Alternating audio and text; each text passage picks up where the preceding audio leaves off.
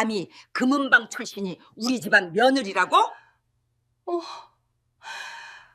어머니, 시어머니의 차가운 목소리가 청담동 갤러리를 가득 채웠습니다. 하지만 시어머니는 몰랐습니다. 지금 무시하고 있는 며느리가 빌딩 9채를 소유한 2천억 재벌 상속녀라는 사실을. 서진아, 손님 앞에서 말하지 마. 금 만질 줄이나 알아? 1년간 청소와 포장만 시키며 공개적으로 망신을 줬습니다. 남편마저 외도를 했고 시어머니는 그 여자를 집에 초대해 대놓고 말했습니다. 이런 분이 며느리였으면. 결혼 10개월 차 서진은 더 이상 참지 않기로 결심했습니다. 며칠 후 시어머니에게 날아온 내용 증명. 건물 재건축으로 6개월 내 요청. 12년간 임차해온 갤러리가 며느리 소유였습니다. 업계 인사 300명 앞에서 서진이 입을 열었습니다. 저는 2천억 자산 상속녀 윤서진입니다. 그런데 이날 밝혀진 건 서진의 정체만이 아니었습니다. 과연 무슨 일이 벌어진 걸까요? 사연 시작 전에 구독과 좋아요를 눌러주시고 어디에서 듣고 계신지 댓글 남겨주시면 그곳으로 행복이 가득할 수 있도록 바라겠습니다. 서울대병원 VIP 병동이었습니다. 하얀 벽과 소독약 냄새가 가득한 복도를 서진은 뛰다시피 걸어갔습니다. 간호사가 전화로 전한 말이 귓가에 맴돌았죠. 보호자분, 빨리 오셔야 할 것 같습니다. 서진의 심장이 쿵쿵 뛰었습니다. 엘리베이터가 왜 이렇게 느린지 발을 동동 구르며 층수를 세었습니다. 8층에 도착하자마자 병실로 달려갔습니다. 문을 열자 외할머니가 침대에 누워 계셨습니다. 84년을 살아온 얼굴에는 깊은 주름이 새겨져 있었지만 눈빛만은 여전히 맑았습니다. 산소호흡기가 코에 꽂혀 있었고 심장박동 모니터가 규칙적으로 소리를 냈습니다. 서진은 할머니 곁으로 다가가 손을 꼭 잡았습니다. 할머니, 저 왔어요. 외할머니 복수는 서진의 손을 힘겹게 쥐었습니다. 한때 종로 근방에서 수십 명의 직원을 이끌던 손이었습니다. 젊은 시절에는 금괴를 들어 올리고 다이아몬드 원석을 세공하던 단단한 손이었죠. 그런데 지금은 뼈만 앙상하게 남아 파르르 떨리고 있었습니다. 서진아, 잘 왔다. 복순의 목소리는 낮고 가늘었습니다. 서진은 눈물이 차올랐지만 애써 참았습니다. 할머니 앞에서 울면 안 된다고 생각했습니다. 할머니는 늘 그렇게 말씀하셨으니까요. 울지 마라. 눈물은 진짜 슬플 때 흘리는 거야. 서진에게 외할머니는 세상의 전부였습니다. 5살 때 부모님을 교통사고로 잃었거든요. 아버지는 외아들이었고 어머니도 외동딸이었습니다. 그래서 서진은 이 세상에서 외할머니의 유일한 혈육이었죠. 27해 동안 할머니는 서진의 엄마이자 아빠였고 선생님이자 친구였습니다. 복수는 천천히 눈을 떴습니다. 창문으로 들어오는 오후 햇살이 할머니의 하얀 머리카락 위로 부드럽게 내려앉았습니다. 서진아, 할머니가 해줄 이야기가 있어. 서진은 고개를 끄덕이며 할머니 가까이 귀를 기울였습니다. 할머니가 젊었을 때 말이다. 23세 결혼을 했어. 시댁은 서울에서 제법 이름 있는 집안이었지. 복순의 눈가에 옛 기억이 스쳤습니다. 입술이 떨렸고 주름진 손등에 힘이 들어갔습니다. 근데 시어머니가 그러더라. 무학의 시골년이 우리 집안 문턱을 더럽힌다고. 서진의 눈이 커졌습니다. 처음 듣는 이야기였습니다. 할머니는 늘 당당하고 강인한 분이셨는데 그런 과거가 있을 줄은 몰랐습니다. 결국 쫓겨났어. 아이도 못 가진 채로.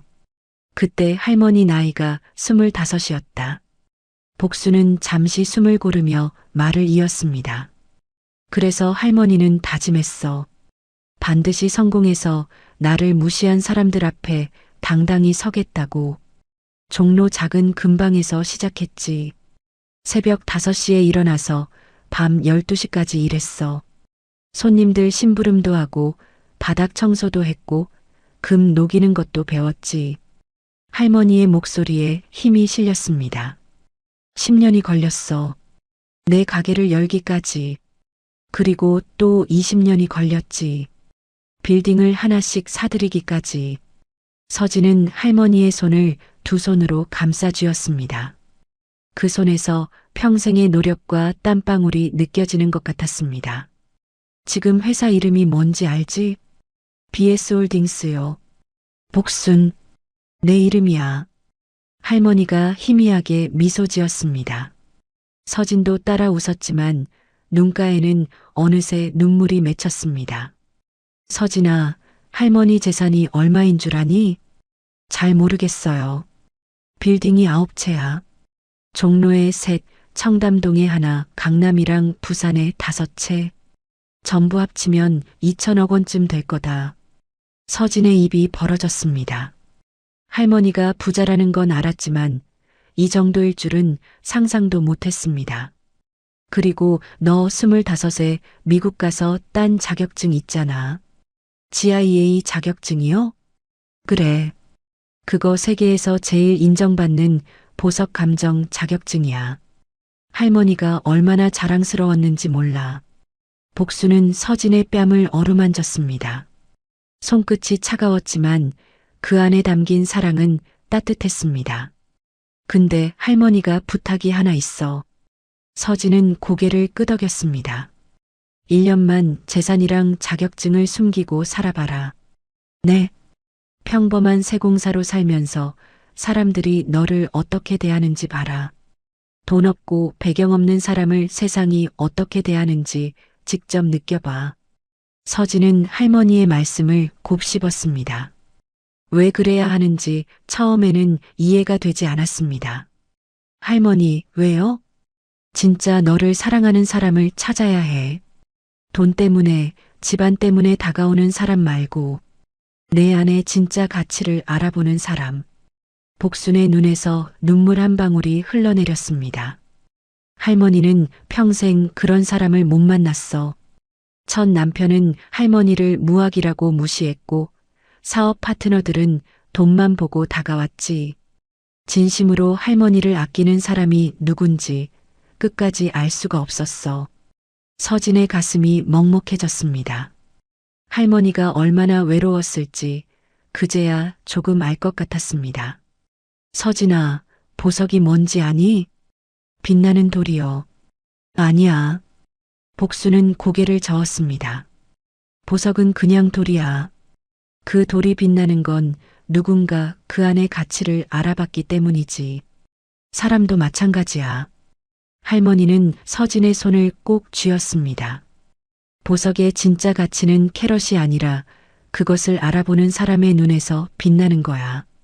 서진은 눈물을 참을 수 없었습니다.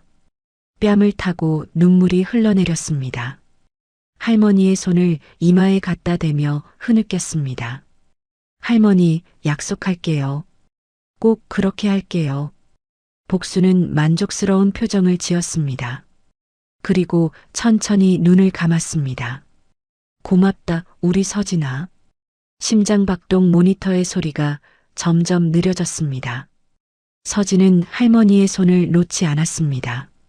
마지막 순간까지 곁에 있고 싶었습니다. 삐. 긴 경보음이 병실에 울렸습니다. 의료진이 달려왔지만 서진은 알고 있었습니다. 할머니가 떠나셨다는 것을. 창밖으로 해가 지고 있었습니다. 붉은 노을이 하늘을 물들였습니다. 서진은 할머니의 차가워진 손을 꼭 쥔 채 생각했습니다. 할머니가 남긴 건 빌딩 9채가 아니었습니다. 평생을 바쳐 깨달은 삶의 지혜였습니다. 진짜 가치를 알아보는 눈을 가지라는 가르침이었습니다. 서진은 눈물을 닦고 일어섰습니다. 이제부터 1년 모든 것을 숨기고 살아야 합니다. 무섭기도 했고 막막하기도 했습니다. 하지만 할머니와의 약속을 지켜야 했습니다. 병실 문을 나서며 서진은 다짐했습니다. 할머니, 꼭 찾을게요. 저의 진짜 가치를 알아보는 사람을. 그렇게 서진의 긴 여정이 시작되었습니다. 장례식이 끝났습니다. 조문객들이 모두 떠난 빈소에서 서진은 홀로 외할머니의 영정 사진을 바라보았습니다. 사진 속 할머니는 환하게 웃고 계셨습니다. 마치 손녀에게 힘내라고 말하는 것 같았죠. 서진은 영정 사진 앞에 절을 올렸습니다. 할머니, 약속 지킬게요. 그렇게 중얼거리고 장례식장을 나섰습니다. 바깥은 흐린 날씨였습니다. 금방이라도 비가 쏟아질 것 같은 하늘이 서진의 마음처럼 무거웠습니다. 일주일 후 서진은 청담동 펜트하우스를 떠났습니다. 25살부터 살던 집이었습니다. 넓은 거실, 한강이 보이는 통유리창, 이탈리아에서 공수한 대리석 바닥. 그 모든 것을 뒤로하고 짐을 쌌습니다. 가져갈 것은 많지 않았습니다. 옷 몇 벌과 세면도구, 그리고 외할머니의 유품 상자 하나, 명품 가방과 보석들은 전부 금고에 넣어 잠갔습니다. CIA 자격증도 함께 봉인했습니다. 서진의 새 보금자리는 충북 청주 외곽의 작은 원룸이었습니다.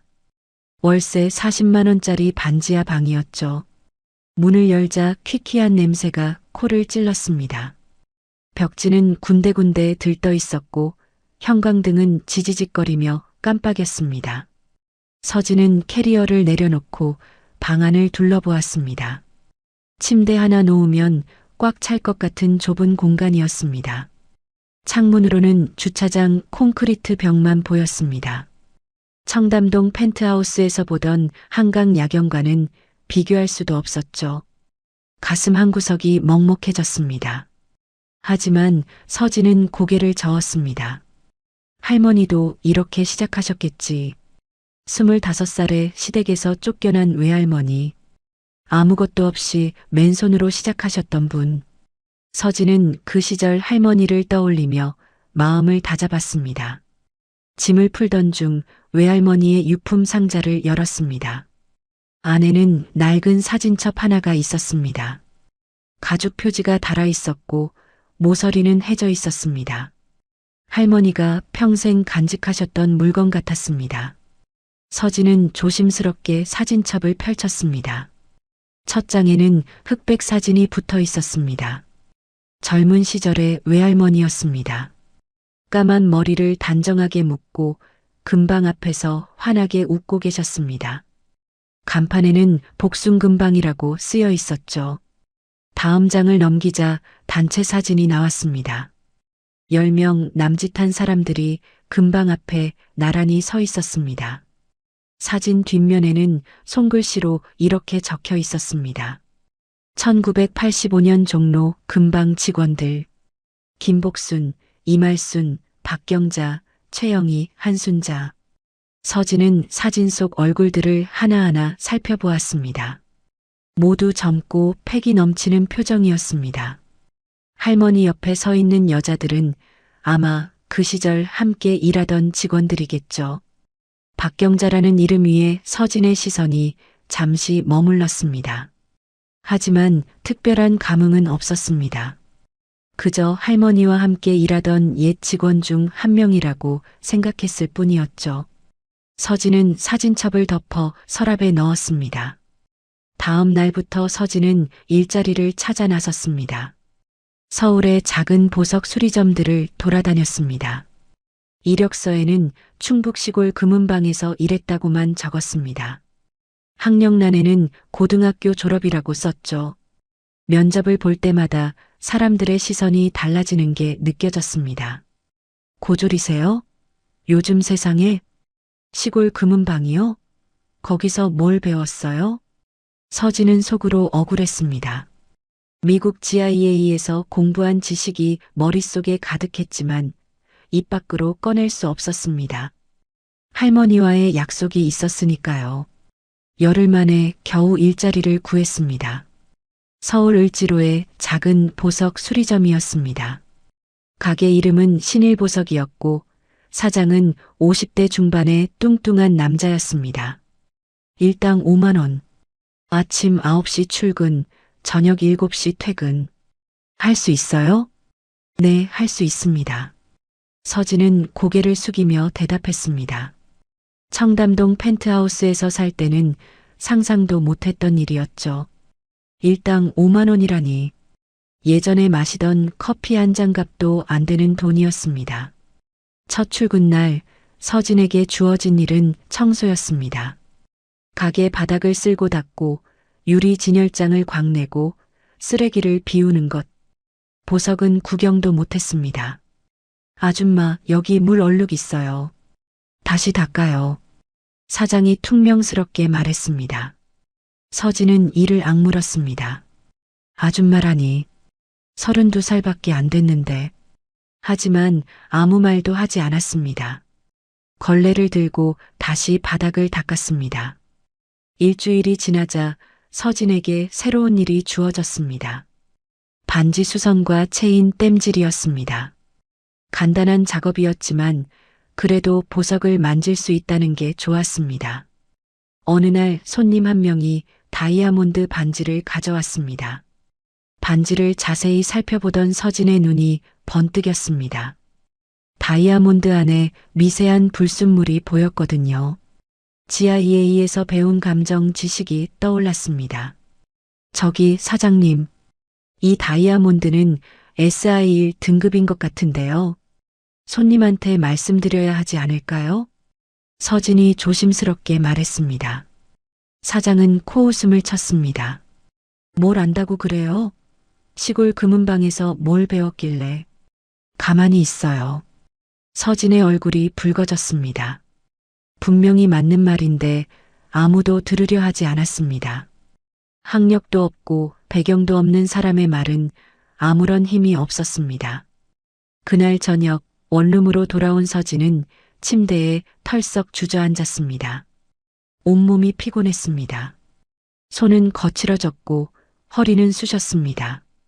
하루 종일 서서 일하느라 발도 부어올랐습니다. 할머니도 이랬겠지. 서진은 천장을 바라보며 중얼거렸습니다. 무학의 시골 여자라고 무시당하던 25살의 외할머니. 아무도 인정해주지 않는 세상에서 혼자 버텨야 했던 그 시절. 눈물이 흘러내렸습니다. 억울해서, 서러워서, 그리고 할머니가 그리워서. 하지만 이내 서진은 눈물을 닦았습니다. 포기할 수 없었습니다. 이게 할머니가 원하셨던 것이니까요. 세상이 배경 없는 사람을 어떻게 대하는지 직접 느껴보라고 하셨으니까요. 서진은 서랍에서 사진첩을 꺼냈습니다. 젊은 시절 할머니의 사진을 바라보았습니다. 금방 앞에서 환하게 웃고 있는 25살의 복순. 할머니, 이제 조금 알 것 같아요. 서진은 사진 속 할머니에게 말했습니다. 왜 저한테 이런 시간을 주셨는지, 제가 얼마나 운이 좋았는지 몰랐어요. 태어날 때부터 가진 게 있으니까. 그게 당연한 줄만 알았어요. 창밖으로 빗소리가 들려왔습니다. 반지하 창문으로 빗물이 줄줄 흘러내렸습니다. 서진은 사진첩을 가슴에 꼭 안았습니다. 아직 1년 중 겨우 한 달이 지났을 뿐이었습니다. 앞으로 11달이나 더 남았습니다. 버틸 수 있을지 막막했습니다. 하지만 포기할 수는 없었습니다. 서진은 침대에서 일어나 거울을 보았습니다. 거칠어진 손, 피곤에 찌든 얼굴. 하지만 눈빛만은 여전히 살아있었습니다. 버텨야지. 할머니처럼. 서진은 주먹을 꽉 쥐었습니다. 할머니가 수십 년 전에 걸었던 그 길을 이제 서진도 걷기 시작했습니다. 보석 수리점에서 일한 지 2달이 지났습니다. 서진은 이제 출퇴근길에도 익숙해졌습니다. 아침마다 청주에서 서울까지 고속버스를 타고 저녁에는 지하철과 버스를 갈아타며 집으로 돌아갔죠. 그날도 평범한 퇴근길이었습니다. 을지로 지하철역 계단을 내려가던 서진은 앞사람과 부딪혔습니다. 순간 몸의 균형을 잃었습니다. 발이 허공을 헛디뎠고 그대로 앞으로 고꾸라졌습니다. 아! 눈앞이 캄캄해지는 순간 누군가 서진의 팔을 잡아챘습니다. 강한 힘이 느껴졌습니다.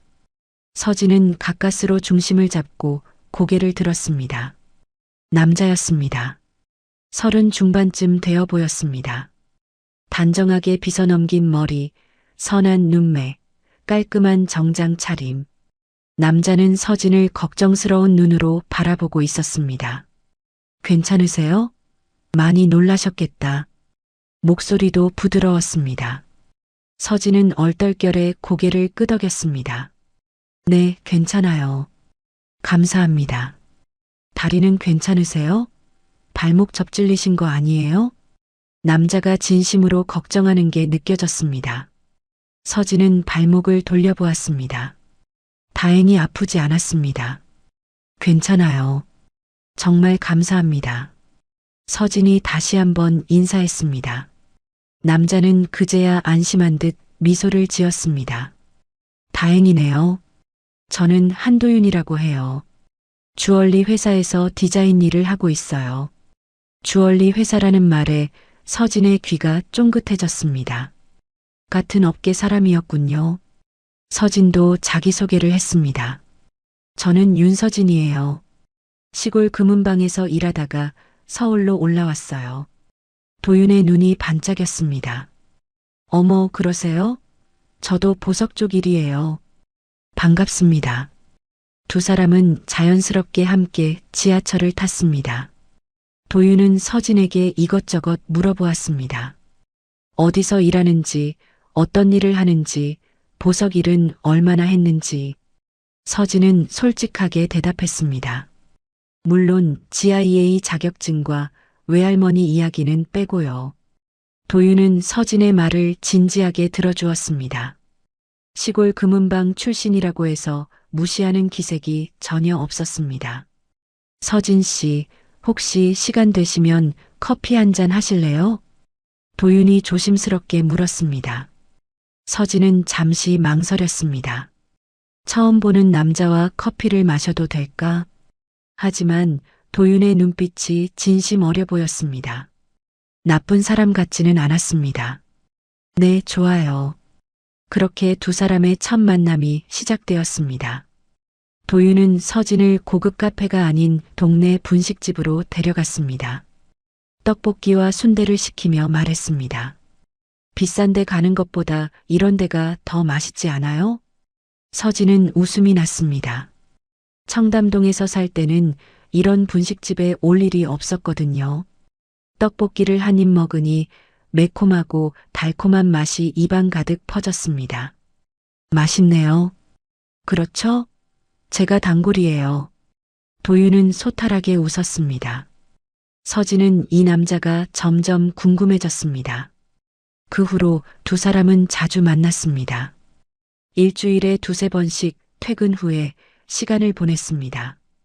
도윤은 언제나 소박한 데이트를 제안했습니다. 고급 레스토랑 대신 포장마차, 영화관 대신 한강 산책. 서진은 그런 도윤이 좋았습니다. 어느 날 두 사람은 한강변을 걷고 있었습니다. 해가 지고 있었습니다. 노을이 강물 위로 붉게 물들었습니다. 도윤이 갑자기 걸음을 멈추었습니다. 서진 씨, 저기 봐요. 도윤이 가리킨 곳에는 노점상이 있었습니다. 반짝이는 액세서리들을 팔고 있었죠. 서진의 눈에 은색 반지 하나가 들어왔습니다. 단순한 디자인이었지만 세공이 정교했습니다. 저 반지 괜찮네요. 서진이 무심코 말했습니다. 도윤이 반지를 집어들었습니다. 어디가 괜찮아요? 서진은 반지를 자세히 살펴보았습니다. 세공 상태요.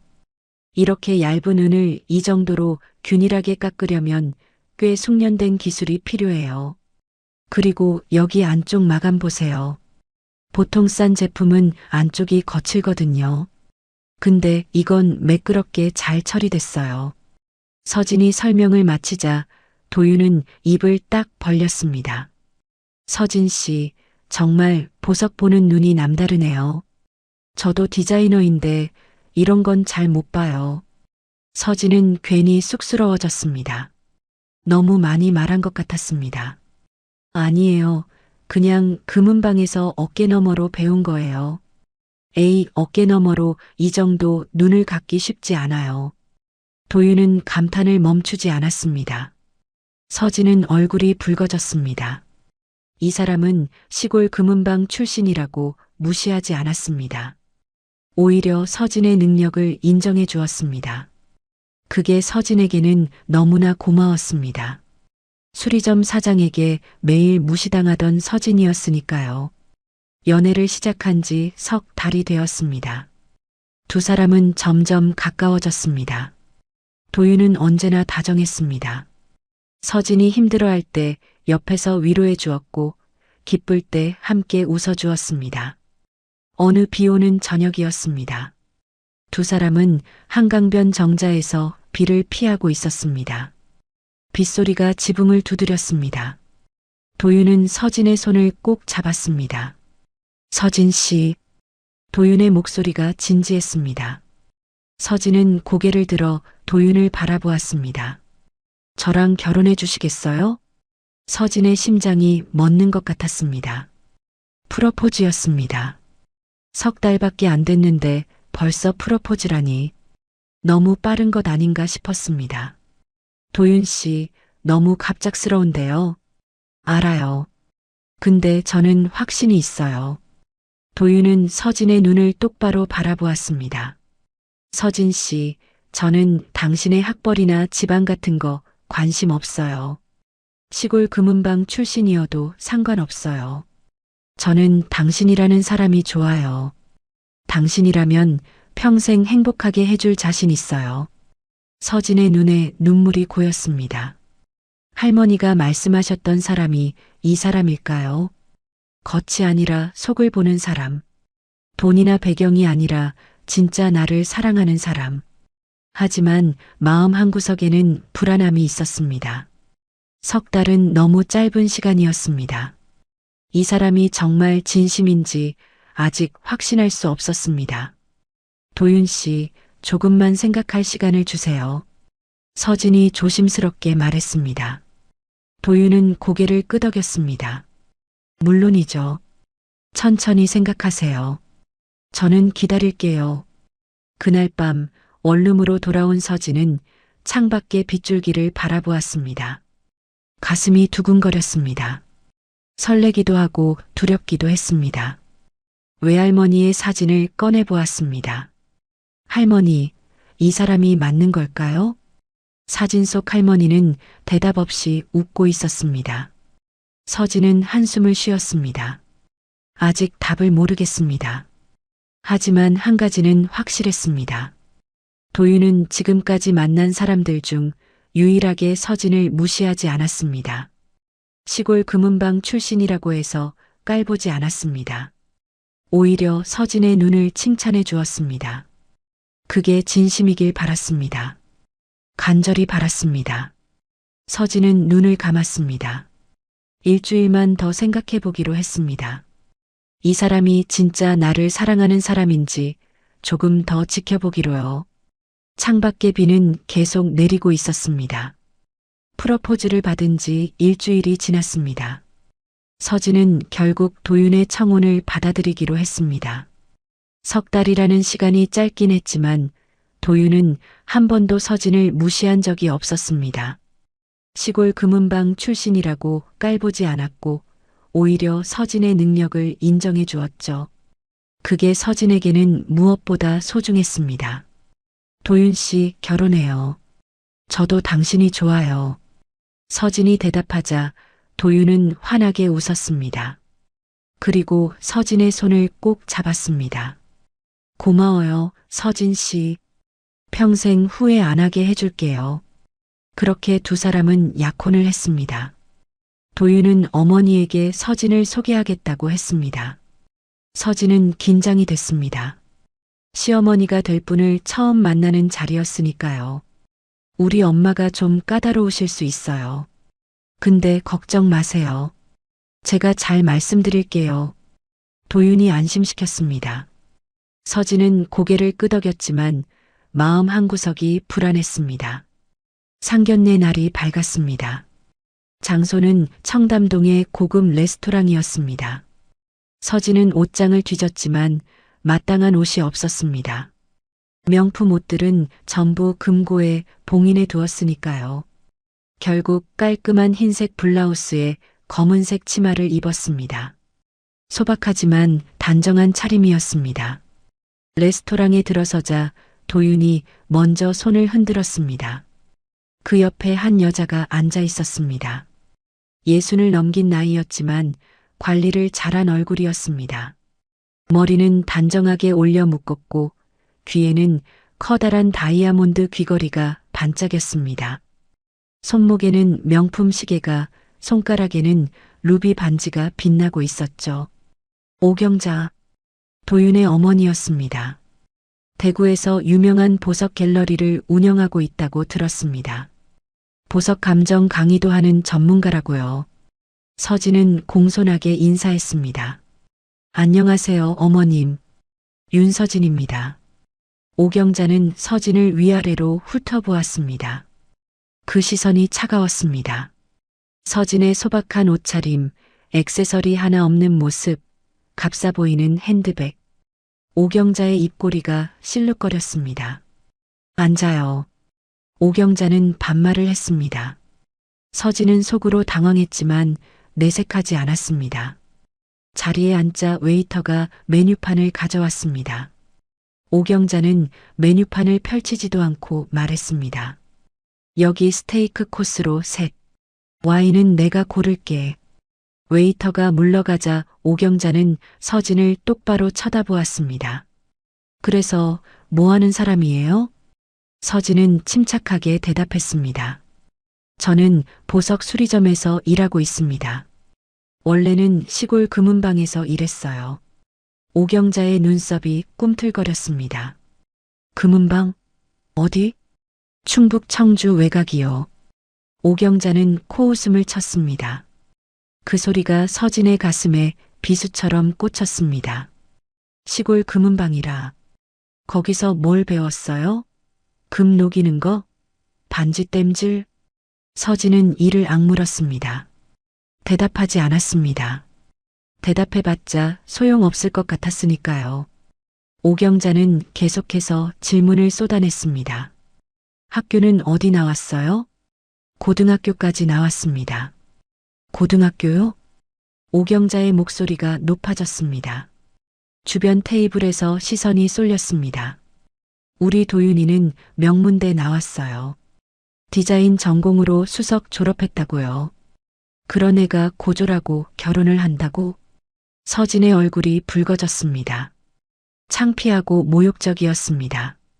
하지만 참아야 했습니다. 여기서 화를 내면 안 됐습니다. 도윤이 끼어들었습니다. 엄마, 학력이 다가 아니잖아요. 서진 씨는 정말 보석 보는 눈이 뛰어나요. 오경자는 아들을 차갑게 쳐다보았습니다. 닥쳐, 도윤아. 어른이 말하는데 끼어들지 마. 도윤은 입을 다물었습니다. 서진은 그 모습을 보며 가슴이 철렁했습니다. 어머니 앞에서는 한마디도 못하는 도윤이었습니다. 오경자는 다시 서진에게 시선을 돌렸습니다. 부모님은 뭐 하시는 분들이에요? 서진의 가슴이 쿵 내려앉았습니다. 이 질문이 나올 줄 알았습니다. 돌아가셨습니다. 제가 5살 때 교통사고로요. 오경자의 표정이 미묘하게 변했습니다. 하지만 동정 같은 건 아니었습니다. 오히려 더 차가워진 것 같았습니다. 그럼 누가 키웠어요? 외할머니께서 키워주셨습니다. 외할머니? 할머니도 시골 사람이에요? 서진은 잠시 망설였습니다. 외할머니의 정체를 밝힐 수는 없었습니다. 아직 1년이 안 됐으니까요. 네, 시골에서 작은 가게를 하셨어요. 오경자는 한숨을 쉬었습니다. 과장된 한숨이었습니다. 마치 세상에서 제일 불쌍한 사람을 만난 것처럼. 시골에서 금은방 일하던 고졸, 부모도 없고 할머니가 키웠다. 이게 우리 집안 며느리 스펙이라고? 서진은 주먹을 꽉 쥐었습니다. 손톱이 손바닥을 파고들었습니다. 눈물이 차올랐지만 꾹 참았습니다. 여기서 울면 지는 거라고 생각했습니다. 그때 음식이 나왔습니다. 웨이터가 스테이크를 놓고 갔습니다. 오경자는 나이프와 포크를 들며 서진을 흘겨보았습니다. 일단 먹어요. 이런 데서 밥 먹어본 적 있어요? 서진은 대답하지 않았습니다. 스테이크를 한 입 베어 물었습니다. 입안에서 고기가 녹았지만 아무 맛도 느껴지지 않았습니다. 식사가 끝나갈 무렵 오경자가 입을 열었습니다. 내가 조건을 하나 걸게요. 서진은 고개를 들었습니다. 결혼은 해도 좋아요. 하지만 1년 안에 당신 실력을 증명해야 해요. 보석 감정 능력, 사교계에서의 품격, 우리 집안 며느리로서의 자질. 이걸 증명 못하면 이혼이에요. 서진은 귀를 의심했습니다. 결혼도 하기 전에 이혼 조건을 거는 시어머니라니. 어머님, 그건 너무. 싫으면 결혼하지 마요. 난 솔직히 반대야. 우리 도윤이한테는 더 좋은 사람이 많아요. 서진은 도윤을 바라보았습니다. 도윤은 고개를 숙이고 있었습니다. 어머니에게 한마디도 하지 않았습니다. 변호해주지 않았습니다. 서진의 가슴에 실망감이 밀려왔습니다. 이 사람 왜 아무 말도 안 하는 걸까? 나를 사랑한다면서. 도윤 씨, 아무 말씀 안 하실 거예요? 서진이 조용히 물었습니다. 도윤은 고개를 들었습니다. 눈빛이 흔들리고 있었습니다. 서진 씨, 엄마 말씀도 일리가 있어요. 1년이면 충분히 증명할 수 있잖아요. 그죠? 서진은 말문이 막혔습니다. 도윤은 자기 편이 아니었습니다. 어머니 편이었습니다. 상견례가 끝났습니다. 레스토랑을 나서며 오경자가 서진에게 말했습니다. 아, 그리고 우리 갤러리 청담동 건물 있죠? 거기 내 지분이 좀 있어요. 10년 넘게 운영했으니까. 서진은 고개를 끄덕였습니다. 하지만 뭔가 이상했습니다. 건물에 지분이 있다는 말이 애매하게 들렸거든요. 직접 소유했다는 게 아니라 지분이 있다니. 나중에 서진은 조용히 확인해 보았습니다. 청담동 그 건물의 등기부등본을 떼어봤죠. 결과는 놀라웠습니다. 건물 소유주는 페이퍼 컴퍼니 명의였습니다. 오경자는 그저 12년째 임차인일 뿐이었습니다. 건물주도 아니고 지분도 없었습니다. 서진은 쓴웃음을 지었습니다. 시어머니는 허풍을 치고 있었던 겁니다. 마치 건물주인 것처럼 행세하면서 실제로는 월세를 내고 있는 임차인이었던 거죠. 겉은 번지르르하지만 속은 텅 빈 사람. 명품으로 치장했지만 실속은 없는 사람. 서진은 시어머니의 본질을 조금씩 알아가기 시작했습니다. 그날 밤 원룸으로 돌아온 서진은 침대에 누워 천장을 바라보았습니다. 오늘 있었던 일이 머릿속에서 떠나지 않았습니다. 고졸이라고 무시하던 시어머니의 눈빛, 아무 말도 못하던 도윤의 모습, 1년 안에 증명하라는 모욕적인 조건, 할머니가 떠올랐습니다. 25살에 시댁에서 쫓겨났다던 할머니, 무학의 시골 출신이라고 무시당했다던 할머니. 그때 할머니도 이런 기분이었을까요? 서진은 눈물을 흘리지 않았습니다. 대신 주먹을 꽉 쥐었습니다. 1년. 좋아요. 기다려보세요. 서진은 중얼거렸습니다. 할머니가 주신 1년의 시간. 그 안에 사람들의 진심을 알아보라고 하셨죠. 도윤이 진심인지, 시어머니가 어떤 사람인지, 이제 조금씩 보이기 시작했습니다. 하지만 아직 포기하기엔 일렀습니다. 도윤을 조금 더 지켜보기로 했습니다. 어쩌면 어머니 앞에서만 그런 것일 수도 있으니까요. 둘이 있을 때는 달라질 수도 있으니까요. 그렇게 서진은 스스로를 위로하며 눈을 감았습니다. 내일부터 결혼 준비가 시작될 터였습니다.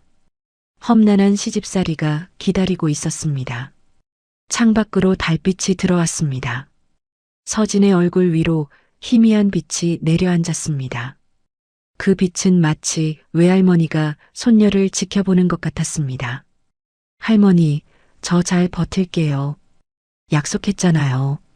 서진은 작게 속삭이고 잠이 들었습니다. 결혼식은 소박하게 치렀습니다. 서진 쪽 하객은 거의 없었습니다. 외할머니는 돌아가셨고 부모님도 안 계시니까요. 보석 수리점 사장과 동료 몇 명이 전부였습니다. 반면 시어머니 쪽에서는 화려한 하객들이 줄을 이었습니다. 보석업계 사람들, 대구의 유명 인사들, 갤러리 고객들.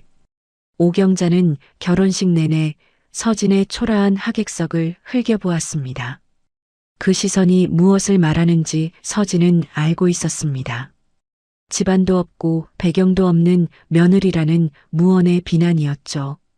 결혼식이 끝나고 신혼여행도 없이 바로 시집살이가 시작되었습니다.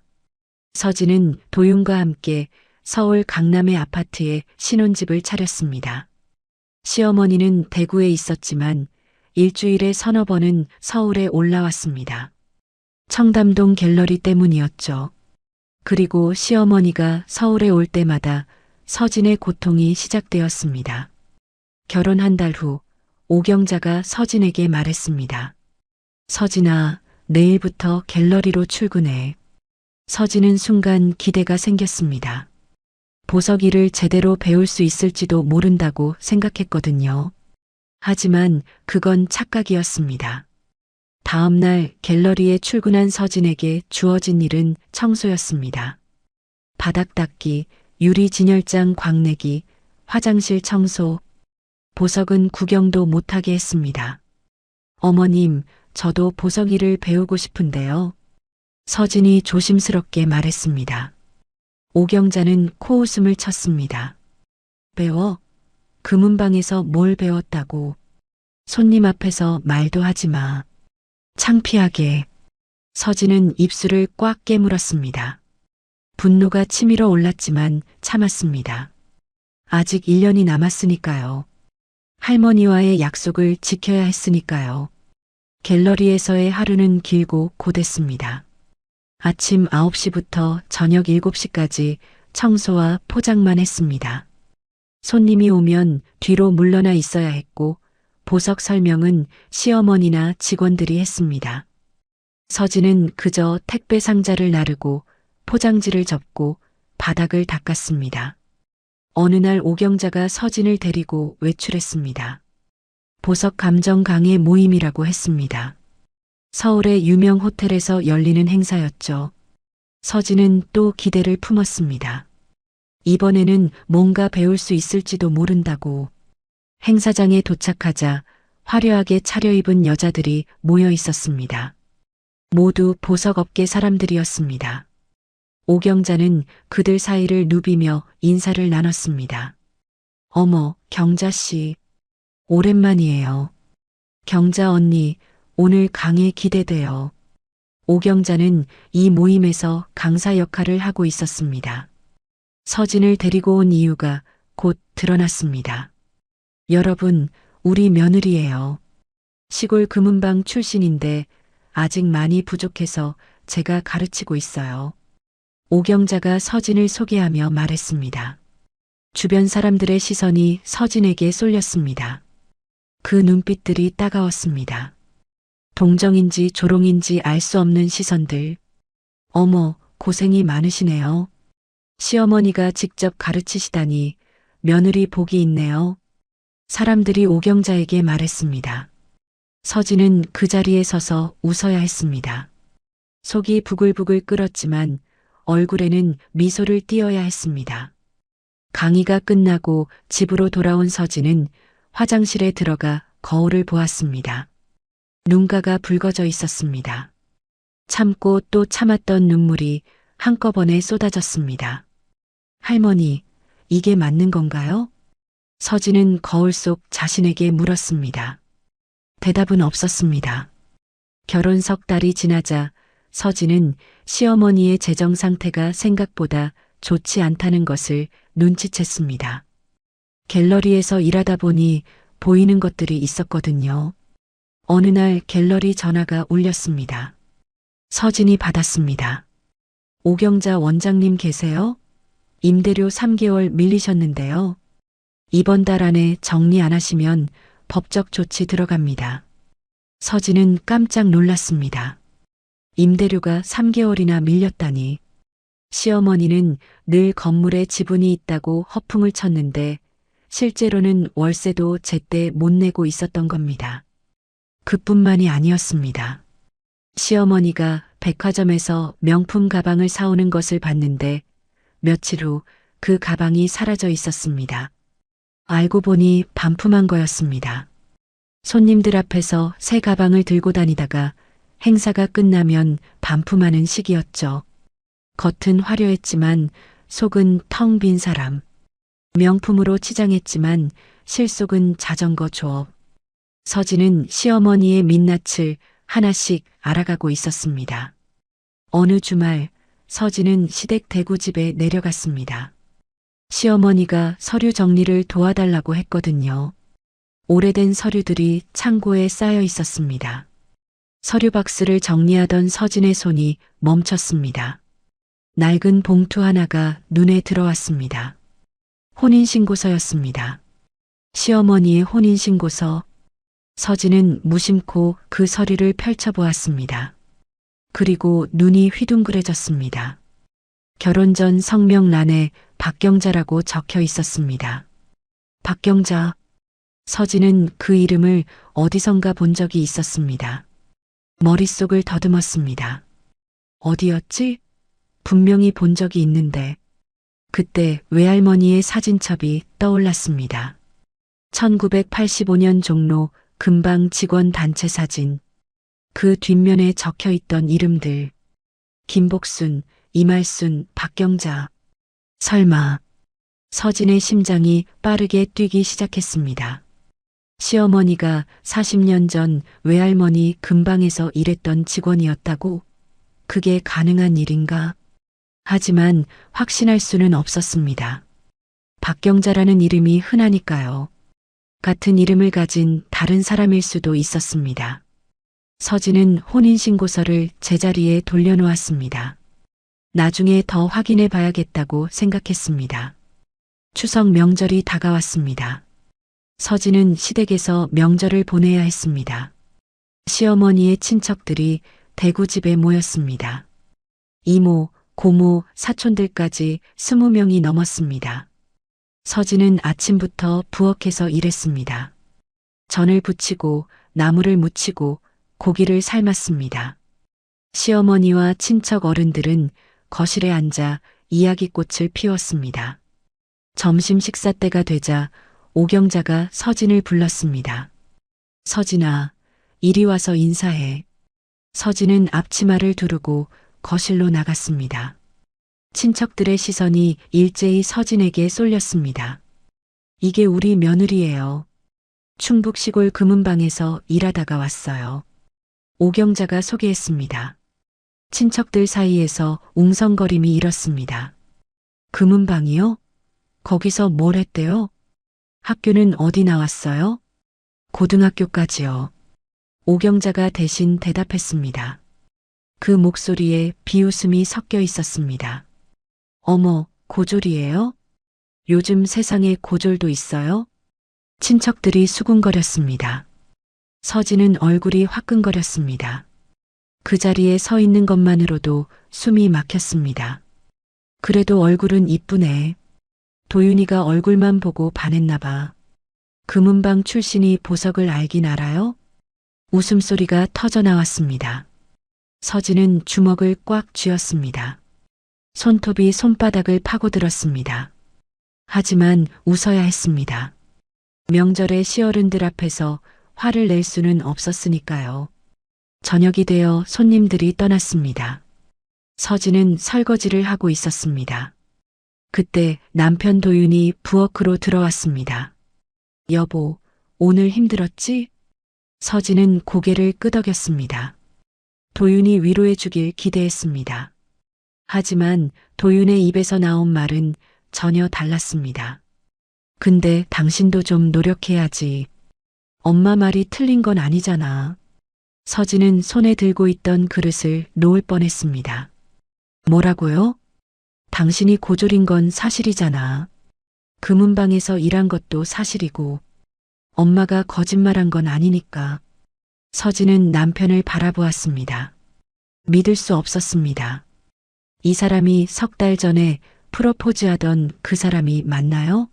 학력 상관없다고, 집안 상관없다고 했던 사람이 당신 지금 무슨 말하는 거예요?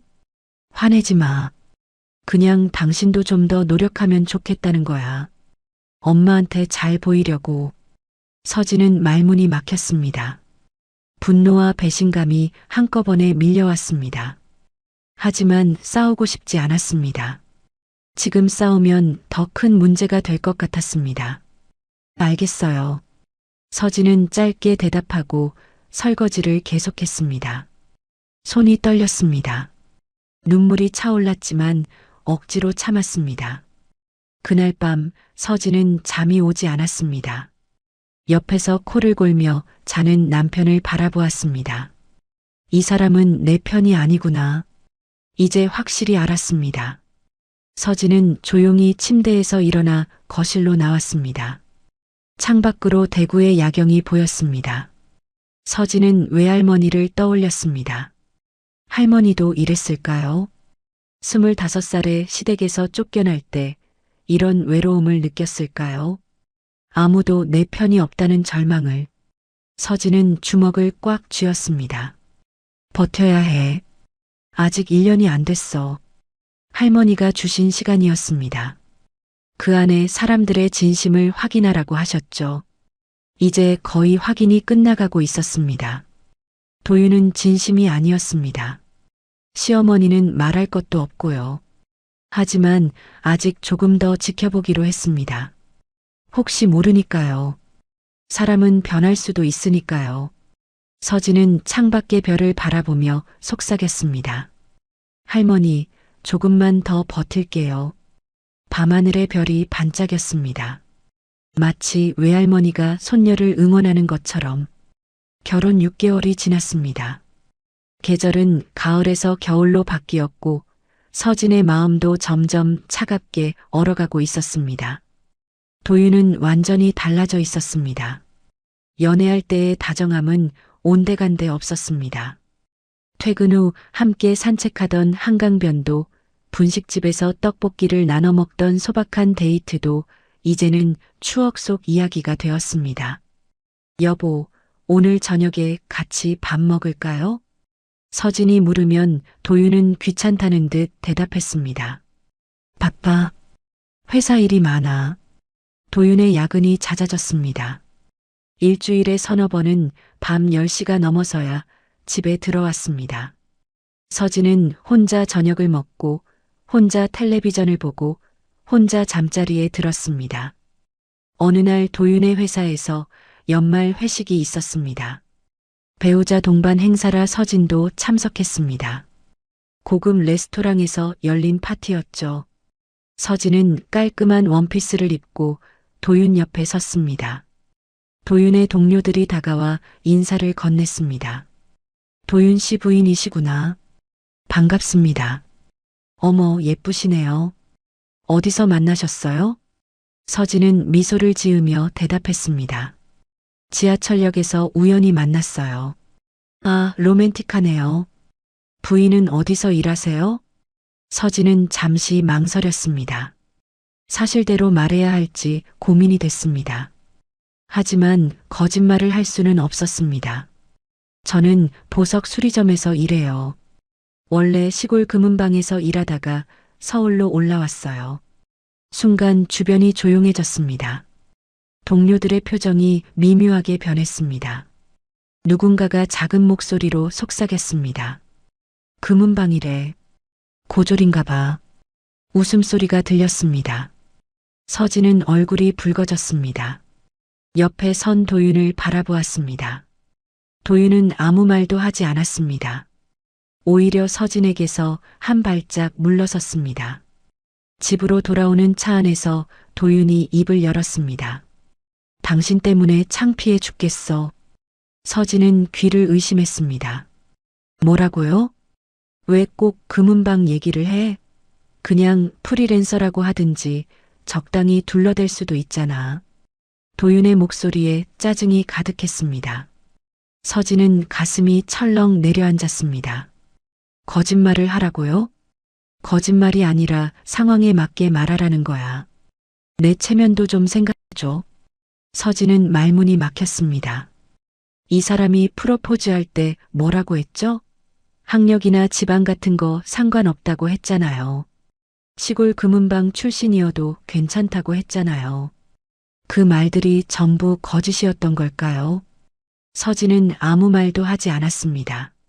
창밖을 바라보며 눈물을 삼켰습니다. 도윤도 더 이상 말하지 않았습니다. 차 안은 싸늘한 침묵으로 가득 찼습니다. 그날 이후로 서진은 도윤을 유심히 관찰하기 시작했습니다. 뭔가 이상했습니다. 야근이 너무 잦았고 집에 와서도 휴대폰만 들여다보았습니다. 메시지가 올 때마다 화면을 가렸고 전화가 오면 다른 방으로 가서 받았습니다. 어느 날 밤 도윤이 샤워하러 간 사이에 서진은 거실 소파에 놓인 남편의 재킷을 보았습니다. 무심코 재킷을 들었다가 멈칫했습니다. 낯선 향기가 났습니다. 여자 향수 냄새였습니다. 서진의 심장이 빠르게 뛰었습니다. 설마 그런 생각을 하고 싶지 않았습니다. 하지만 향수 냄새는 분명했습니다. 달콤하고 화려한 향. 서진이 쓰는 향수가 아니었습니다. 며칠 후 도윤이 또 야근이라며 늦게 들어왔습니다. 서진은 잠든 척하고 있었습니다. 도윤이 화장실에서 씻는 동안 서진은 조용히 일어나 남편의 휴대폰을 집어들었습니다. 잠금 비밀번호는 알고 있었습니다. 결혼 기념일이었거든요. 떨리는 손으로 비밀번호를 눌렀습니다. 화면이 열렸습니다. 메시지 앱을 열었습니다. 가장 위에 있는 대화창. 이름은 차수빈이었습니다. 서진은 그 이름을 본 적이 있었습니다. 도윤 회사의 디자이너. 회식 때 잠깐 인사한 적이 있었죠. 명문대 출신의 유럽 유학파라고 도윤이 자랑스럽게 소개했던 여자. 서진은 대화 내용을 읽었습니다. 수빈 도윤 씨, 오늘 저녁 너무 좋았어요. 도윤 나도. 수빈 씨랑 있으면 시간 가는 줄 모르겠어. 수빈 도윤 씨랑 있으면 정말 품격이 올라가는 것 같아요. 도윤 무슨 말이야. 수빈 씨가 훨씬 품격 있지. 수빈 A, 도윤 씨는 정말. 서진의 손이 떨렸습니다. 눈앞이 흐려졌습니다. 더 읽을 수가 없었습니다. 휴대폰을 제자리에 놓고 침대로 돌아갔습니다.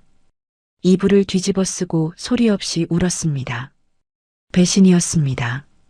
완전한 배신. 다음 날 아침 서진은 아무렇지 않은 척 도윤에게 물었습니다. 여보, 요즘 왜 이렇게 야근이 많아요? 도윤은 커피를 마시며 대답했습니다. 프로젝트가 바빠서 그래. 연말이잖아. 매일 이렇게 늦을 거예요? 도윤의 눈이 차가워졌습니다. 당신, 나 의심하는 거야? 서진은 고개를 저었습니다. 아니에요. 그냥 물어본 거예요. 일이 많아서 그런 거야. 쓸데없는 생각하지 마. 도윤은 짜증스럽게 말하고 출근했습니다. 서진은 닫힌 현관문을 바라보았습니다. 이제 확실했습니다. 남편은 외도를 하고 있었습니다. 서진은 결심했습니다.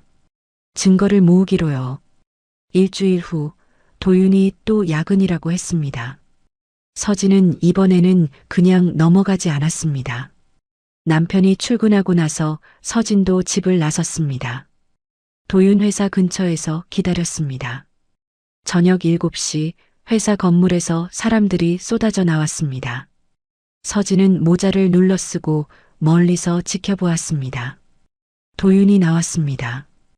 혼자가 아니었습니다. 옆에 여자가 있었습니다. 차수빈이었습니다. 긴 생머리에 세련된 코트를 입은 여자. 두 사람은 나란히 걸으며 이야기를 나누고 있었습니다. 서진은 멀찍이 뒤를 따랐습니다. 두 사람은 근처 이탈리안 레스토랑으로 들어갔습니다. 서진은 창문 너머로 안을 들여다보았습니다. 도윤과 차수빈이 마주 앉아 있었습니다. 와인잔을 부딪히며 웃고 있었습니다. 도윤이 수빈의 손을 잡았습니다. 수빈이 도윤의 어깨에 머리를 기댔습니다. 서진은 휴대폰을 꺼내 사진을 찍었습니다. 손이 떨렸지만 꾹 참았습니다. 증거가 필요했습니다. 나중을 위해. 집으로 돌아온 서진은 찍은 사진들을 확인했습니다. 선명하게 찍혀 있었습니다. 손을 잡은 모습, 어깨에 기댄 모습, 다정하게 웃는 모습, 외도의 증거들. 서진은 사진을 클라우드에 백업했습니다. 그리고 휴대폰 갤러리에서는 삭제했습니다. 아직 들킬 때가 아니었습니다. 며칠 후 시어머니가 서울에 올라왔습니다. 신혼집에 들른다고 했습니다. 서진은 집안을 깨끗이 청소하고 음식을 준비했습니다. 초인종이 울렸습니다. 문을 열자 시어머니가 서 있었습니다. 그런데 혼자가 아니었습니다. 옆에 젊은 여자가 함께 있었습니다. 차수빈이었습니다. 서진은 숨이 멎는 것 같았습니다. 왜 이 여자가 시어머니와 함께 온 거죠? 서진아, 인사해. 이분이 수빈 씨야. 도윤이 회사 동료. 오경자가 말했습니다. 차수빈이 미소를 지었습니다. 안녕하세요. 차수빈이에요. 도윤 씨한테 많이 들었어요. 서진은 애써 미소를 지었습니다. 안녕하세요. 들어오세요. 거실에 앉자 오경자가 차수빈을 칭찬하기 시작했습니다. 수빈 씨는 명문대 나왔어. 디자인 전공으로 수석 졸업했대. 그것도 모자라서 유럽에서 유학까지 했어. 서진은 차를 따르며 듣고 있었습니다. 거기다 집안도 좋아. 아버지가 대기업 임원이래. 이런 사람이 우리 도윤이 동료라니 복이지. 오경자는 서진을 흘끔 쳐다보며 말했습니다. 이런 분이 며느리였으면 얼마나 좋았을까. 서진의 손이 떨렸습니다. 찻잔이 쟁그랑 소리를 냈습니다. 어머님, 제가 과일 깎아올게요. 서진은 부엌으로 피했습니다. 심장이 미친 듯이 뛰었습니다. 시어머니가 남편의 외도 상대를 집에 데려온 겁니다.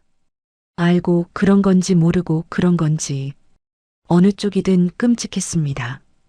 부엌에서 과일을 깎는 동안 거실에서 웃음소리가 들려왔습니다. 시어머니와 차수빈이 즐겁게 대화하는 소리. 서진은 칼을 쥔 손에 힘을 주었습니다. 서진아, 커피 좀 더 타와. 시어머니가 불렀습니다. 서진은 커피를 들고 거실로 나갔습니다. 마치 가정부처럼 서빙을 했습니다. 차수빈이 서진을 보며 미소 지었습니다. 그 미소가 비웃음처럼 느껴졌습니다. 손님들이 떠난 후 서진은 빈 거실에 홀로 앉았습니다. 온몸에 힘이 빠졌습니다. 남편은 외도를 하고 있었습니다. 시어머니는 그 여자를 더 좋아했습니다. 서진은 이 집에서 아무것도 아니었습니다. 그저 청소하고 서빙하는 사람. 가정부보다 못한 존재. 하지만 서진은 울지 않았습니다. 대신 휴대폰을 꺼내 클라우드에 저장한 사진들을 확인했습니다. 증거는 충분했습니다. 아직은 참아야 했습니다. 때가 되면 모든 걸 드러낼 겁니다. 그때까지 더 많은 증거를 모아야 했습니다. 서진은 창밖을 바라보며 중얼거렸습니다. 기다려. 반드시 갚아줄 테니까. 눈빛이 차갑게 빛났습니다. 더 이상 순진한 며느리가 아니었습니다. 복수를 결심한 여자의 눈빛이었습니다. 결혼 8개월이 지났습니다. 서진은 갤러리 일과 집안일을 하면서도 틈틈이 보석 디자인 스케치를 그렸습니다. 어릴 때부터 좋아하던 취미였죠. 외할머니 옆에서 보석을 보며 자란 덕분에 서진의 머릿속에는 늘 아름다운 디자인들이 떠올랐습니다. 밤마다 서진은 작은 책상에 앉아 스케치북을 펼쳤습니다.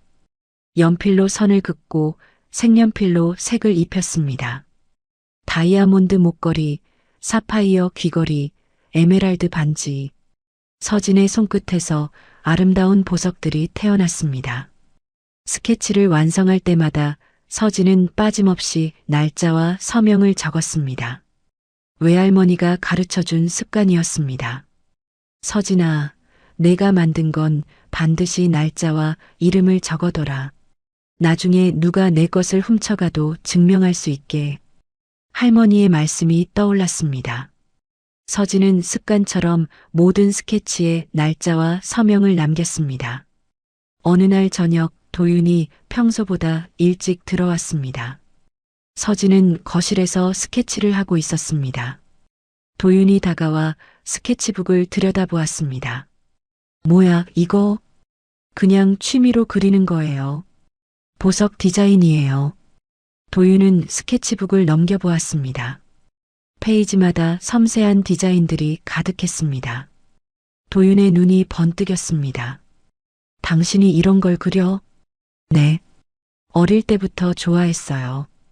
도윤은 한참 동안 스케치북을 들여다보았습니다. 특히 마지막 페이지의 디자인에 시선이 머물렀습니다. 나비 날개를 형상화한 다이아몬드 브로치였습니다. 섬세한 곡선과 대담한 배치가 어우러진 작품이었죠. 이거 괜찮네. 도윤이 중얼거렸습니다. 서진은 기뻤습니다. 남편에게 처음으로 인정받는 기분이었거든요. 고마워요. 여보도 디자이너잖아요. 조언 좀 해줄 수 있어요? 응, 나중에. 도윤은 대충 대답하고 방으로 들어갔습니다. 서진은 약간 서운했지만 대수롭지 않게 넘겼습니다. 다음 날 아침 서진이 일어났을 때 도윤은 이미 출근한 뒤였습니다. 서진은 거실로 나와 스케치북을 찾았습니다. 어젯밤 소파 위에 두었는데 보이지 않았습니다. 이상하다고 생각하며 집안을 뒤졌습니다. 책상 위, 서랍 안, 침대 밑, 어디에도 없었습니다. 서진은 불안한 마음이 들었습니다. 설마, 아니겠지. 서진은 고개를 저었습니다. 남편이 자기 스케치북을 가져갔을 리 없다고 생각했습니다. 2주가 지났습니다. 어느 날 점심시간에 서진은 휴대폰으로 SNS를 보다가 멈칫했습니다. 차수빈의 게시물이 눈에 들어왔거든요. 신작 공개. 나비의 날개에서 영감을 받은 다이아몬드 브로치. 사진 속 디자인을 본 순간 서진의 심장이 멎는 것 같았습니다. 그건 서진이 그린 디자인이었습니다. 나비 날개 브로치. 2주 전에 스케치북에 그렸던 바로 그 작품. 서진은 눈을 비비고 다시 보았습니다. 틀림없었습니다. 곡선의 흐름, 다이아몬드 배치, 전체적인 구도. 완전히 똑같았습니다. 아니, 서진의 디자인 그대로였습니다. 댓글창에는 칭찬이 쏟아지고 있었습니다. 역시 수빈 디자이너님, 천재적이에요. 이 감각은 어디서 나오는 거예요? 정말 대단해요. 유럽 유학파의 클래스가 다르네요. 서진은 휴대폰을 쥔 손이 떨렸습니다. 분노가 치밀어 올랐습니다. 내 디자인을 훔쳐갔어. 도윤이 내 스케치북을 가져가서 저 여자한테 준 거야. 저녁에 도윤이 퇴근했습니다. 서진은 참을 수가 없었습니다. 여보, 내 스케치북 어디 있어요? 도윤은 눈을 피했습니다. 스케치북? 모르는데. 거짓말하지 마요. 2주 전에 없어졌어요. 당신이 가져간 거 아니에요? 도윤의 표정이 굳어졌습니다. 뭔 소리야? 왜 내가 당신 스케치북을 가져가? 그럼 왜 차수빈 씨 SNS에 내 디자인이 올라와 있는 거예요? 서진은 휴대폰을 들이밀었습니다. 차수빈의 게시물이 화면에 떠 있었습니다. 도윤은 잠시 말이 없었습니다. 이게 왜 당신 디자인이야? 내가 그렸으니까요. 나비 날개 브로치. 2주 전에 당신한테 보여줬잖아요. 도윤은 코웃음을 쳤습니다. 증거가 뭐 있어?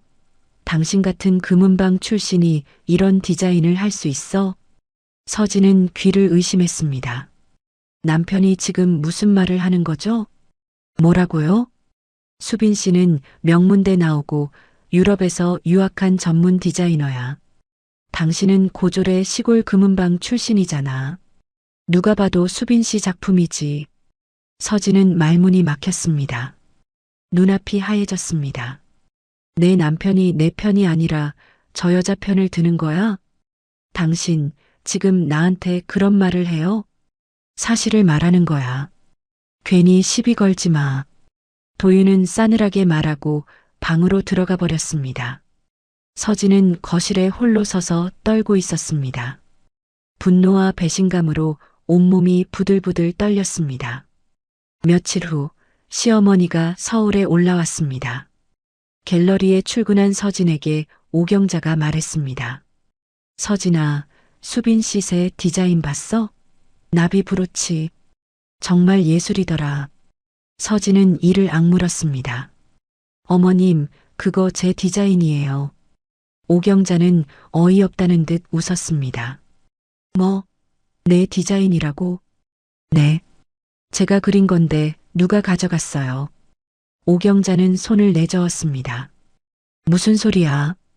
수빈 씨가 왜 내 디자인을 훔쳐? 그 사람은 실력이 있어서 그런 거 안 해도 돼. 서진은 말을 이었습니다. 어머님, 저한테 원본 스케치가 있어요. 날짜랑 서명도 적혀 있고요. 그게 증거가 돼? 나중에 그려놓고 날짜 조작한 거 아니야? 오경자는 콧방귀를 뀌었습니다. 서진아, 이런 게 진짜 센스인 거야. 너도 수빈 씨한테 좀 배워라. 괜히 질투하지 말고. 서진은 더 이상 말하지 않았습니다. 말해봤자 소용없었습니다. 시어머니는 절대 자기 말을 믿지 않을 테니까요. 그날 밤 서진은 집에 돌아와 서랍을 뒤졌습니다. 다행히 스케치북 전체가 사라진 건 아니었습니다. 도윤이 가져간 건 마지막 몇 장뿐이었습니다. 서진은 남아있는 스케치들을 모두 꺼냈습니다. 나비 브로치의 초기 구상 스케치도 있었습니다. 날짜와 서명이 선명하게 적혀 있었죠. 서진은 결심했습니다. 이 스케치들을 공증받기로요. 다음 날 서진은 공증사무소를 찾아갔습니다. 스케치 원본과 날짜, 서명이 담긴 모든 자료를 공증받았습니다. 이제 법적 효력이 있는 증거가 생겼습니다. 집으로 돌아온 서진은 외할머니의 유품 상자를 꺼냈습니다. 낡은 사진첩을 펼쳤습니다. 1985년 종로 금방 직원 단체 사진. 서진은 사진 속 얼굴들을 하나하나 살펴보았습니다. 젊은 외할머니 옆에 서 있는 여자들. 그중 한 명에게 시선이 멈췄습니다. 20세쯤 되어 보이는 젊은 여자.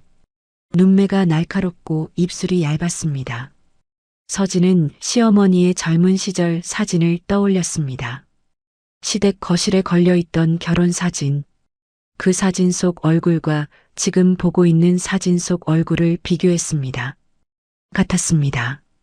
똑같은 사람이었습니다. 사진 뒷면을 확인했습니다.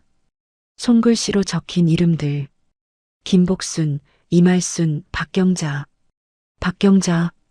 시어머니의 결혼 전 이름. 서진은 확신했습니다. 시어머니 오경자는 40년 전 외할머니 근방에서 점원으로 일했던 박경자였습니다. 그 사실을 숨기고 지금껏 거들먹거렸던 겁니다.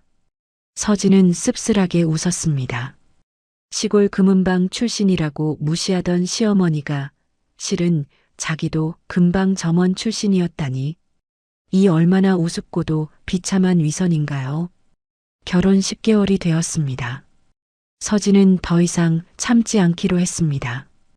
외도의 증거가 있었습니다. 디자인 도용의 증거도 있었습니다. 시어머니의 숨겨진 과거도 알아냈습니다. 이제 모든 퍼즐 조각이 맞춰졌습니다.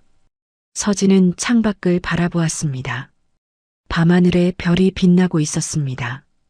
할머니가 주신 1년의 시간, 그중 10개월이 지났습니다. 할머니, 이제 알겠어요. 서진은 중얼거렸습니다. 이 사람들은 진심이 아니었어요. 처음부터 끝까지 저를 사랑한 적이 없었어요. 눈물 한 방울이 볼을 타고 흘러내렸습니다. 하지만 서진은 이내 눈물을 닦았습니다. 울 시간이 아니었습니다. 서진은 휴대폰을 들어 번호 하나를 찾았습니다. BS홀딩스 법무팀 번호. 외할머니가 남긴 회사였습니다. 여보세요. 윤서진입니다. 네, 대표이사요. 급하게 드릴 말씀이 있어요. 서진의 목소리는 차분했지만 단호했습니다. 더 이상 참고 견디는 며느리가 아니었습니다. 진짜 자신을 되찾을 때가 온 것입니다. 창밖의 별빛이 서진의 얼굴을 비추었습니다. 그 눈빛은 다이아몬드처럼 단단하고 날카로웠습니다. 서진은 10개월 만에 청담동 펜트하우스로 돌아왔습니다. 현관문을 열자 익숙한 공기가 느껴졌습니다. 넓은 거실, 통유리창 너머로 보이는 한강, 이탈리아산 대리석 바닥. 모든 것이 그대로였습니다. 서진은 금고 앞에 섰습니다. 비밀번호를 누르자 묵직한 문이 열렸습니다. 안에는 10개월 전에 봉인해 둔 것들이 있었습니다. 명품 가방들, 보석 컬렉션, 그리고 GIA 자격증. 서진은 자격증을 꺼내 들었습니다. 그레저어 GMO의 로지IST. 세계에서 가장 권위 있는 보석 감정 자격증. 서진은 이것을 25살에 미국에서 취득했습니다. 외할머니가 보내준 돈으로 공부해서요. 이제 다시 꺼낼 때가 됐네요. 서진은 중얼거렸습니다. 그리고 드레스룸으로 향했습니다. 옷장을 열자 검은색 샤넬 정장이 눈에 들어왔습니다. 외할머니가 생전에 사주신 옷이었죠. 서진은 그 정장을 꺼내 입었습니다. 거울 앞에 섰습니다. 거울 속 여자는 10개월 전과 달랐습니다. 더 이상 소박한 원피스를 입은 순진한 며느리가 아니었습니다. 검은 정장의 날카로운 눈빛, 차갑고 단호한 표정. 진짜 윤서진이 돌아온 것입니다. 서진은 휴대폰을 들어 전화를 걸었습니다. BS홀딩스 법무팀이죠? 윤서진 대표입니다. 오늘 오후에 회의 잡아주세요. 안건은 청담동 건물건입니다. 전화를 끊고 서진은 창밖을 바라보았습니다. 청담동의 고급 빌딩들이 햇살 아래 반짝이고 있었습니다. 그중 하나가 서진의 것이었습니다. 아니, 외할머니가 남긴 9채 빌딩 중 하나였죠. 오후 2시 BS홀딩스 본사 회의실. 서진은 긴 테이블 상석에 앉았습니다. 맞은편에는 법무팀장과 변호사들이 앉아 있었습니다. 모두 서진을 존경스러운 눈으로 바라보고 있었습니다. 대표님, 오랜만에 뵙겠습니다. 법무팀장이 고개를 숙였습니다. 서진은 고개를 끄덕였습니다. 바로 본론으로 들어가죠. 청담동 건물 현황 보고해 주세요. 법무팀장이 서류를 펼쳤습니다. 청담동 건물은 현재 페이퍼 컴퍼니 명의로 되어 있지만 실소유주는 BS홀딩스입니다. 1층부터 3층까지 5경자 갤러리가 임차 중이고 임차 기간은 12년째입니다. 서진은 고개를 끄덕였습니다. 상가 건물임 대차보호법상 갱신 요구권은요? 10년 갱신 요구권이 소진된 상태입니다. 법적으로 계약 갱신을 거절할 수 있습니다. 서진은 잠시 생각에 잠겼습니다. 그리고 입을 열었습니다. 건물 노후화 점검 결과는요? 변호사 한 명이 대답했습니다. 지난달 안전진단 결과 일부 구조물에 보수가 필요한 것으로 나왔습니다. 전면 리모델링이나 재건축을 검토할 수 있는 수준입니다.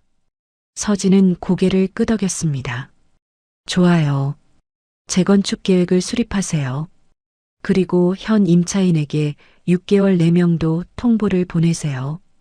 법적 사유는 건물 재건축으로요.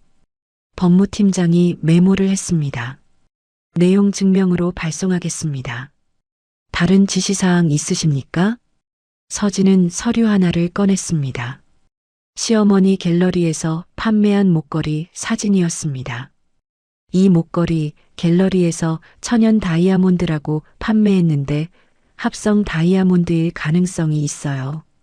전문 감정기관에 의뢰해서 조사해 주세요. 변호사가 사진을 받아들었습니다. 합성 다이아를 천연이라고 판매했다면 표시광고법 위반입니다. 소비자원 신고도 가능합니다. 일단 증거부터 확보하세요. 피해 고객이 있다면 연락처도 파악해 주시고요. 서진은 다음 서류를 꺼냈습니다. 도윤과 차수빈의 외도 사진들이었습니다. 이건 제 남편과 그 여자의 외도 증거입니다. 이혼 소송 준비해 주세요. 법무팀장의 눈이 커졌습니다. 하지만 금방 표정을 가다듬고 고개를 끄덕였습니다. 위자료 청구는 어느 정도로 하시겠습니까? 1억 원이요. 그리고 이것도 봐주세요. 서진은 공증받은 스케치 서류를 꺼냈습니다. 제 디자인이 도용당했어요.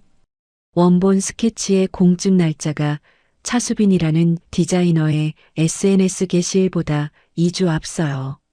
민사소송으로 손해배상 청구할 겁니다. 변호사가 서류를 검토했습니다. 공증 날짜가 명확하니 도용 입증이 가능합니다. 다만 남편분이 스케치를 전달한 정황도 입증해야 합니다. 서진은 고개를 끄덕였습니다. 그건 재판 과정에서 밝혀지겠죠. 남편이 자기 결백을 증명하려고 휴대폰 기록을 제출하면 거기서 증거가 나올 거예요. 변호사들이 감탄하는 눈빛으로 서진을 바라보았습니다. 치밀하고 냉정한 계획이었습니다. 회의가 끝났습니다. 서진은 회의실을 나서며 깊은 숨을 내쉬었습니다. 드디어 시작이었습니다.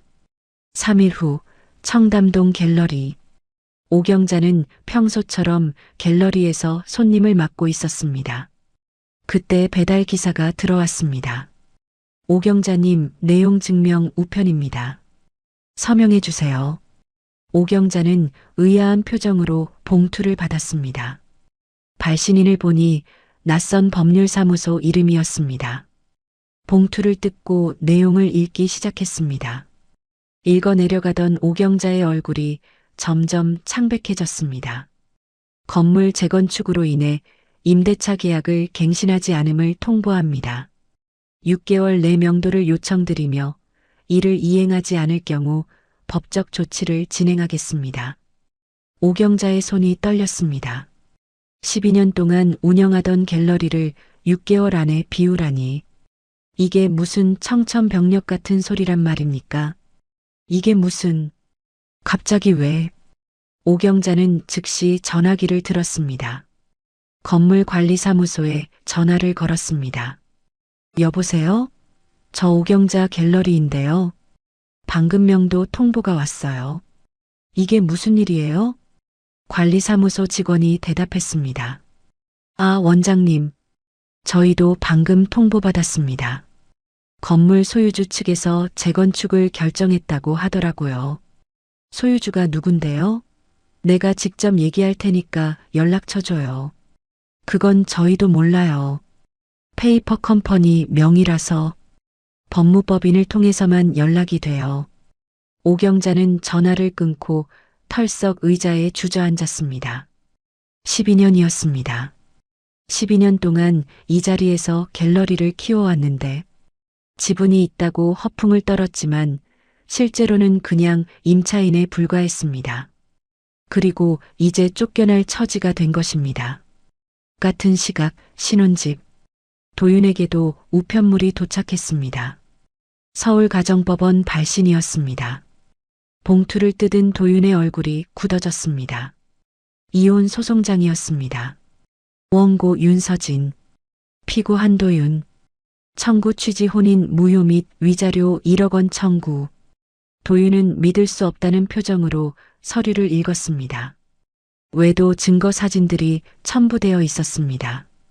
차수빈과 식당에서 손을 잡고 있는 사진, 어깨에 기대고 있는 사진, 전부 찍혀 있었습니다.